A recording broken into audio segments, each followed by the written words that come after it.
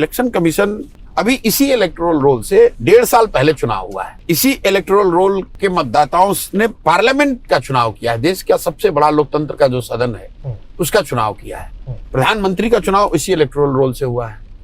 आप कहते हैं कि वो ठीक नहीं है, तो क्या आप मान रहे हैं कि पिछला जो इलेक्शन हुआ था वो कॉम्प्रोमाइज इलेक्टोरल रोल से हुआ था? आप खुद ही फंस रहे हैं। और अगर आपने ये कह रहे हैं कि नहीं वो तो 2024 में हुआ था, 24 के बाद फिर रिवीजन होना चाहिए, शुद्धता उसकी और बेहतर की जानी चाहिए।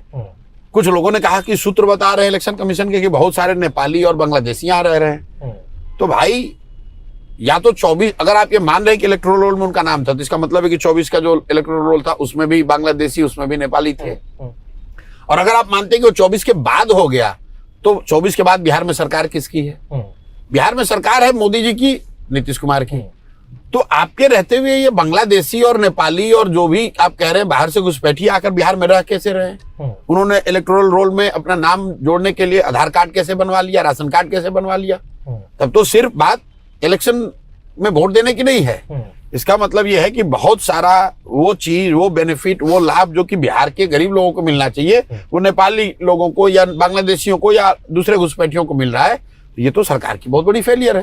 तो इनको ये स्वीकार करना चाहिए। You can not have both ways भाई। या तो आप मानो कि जो इलेक्टोरल रोल 24 में था वो कॉम्प्रोमाइज था, या आप कह रहे हो कि 24 के बाद खराब हो गया तो उसकी जिम्मेवारी राज्य सरकार पे फिक्स करो।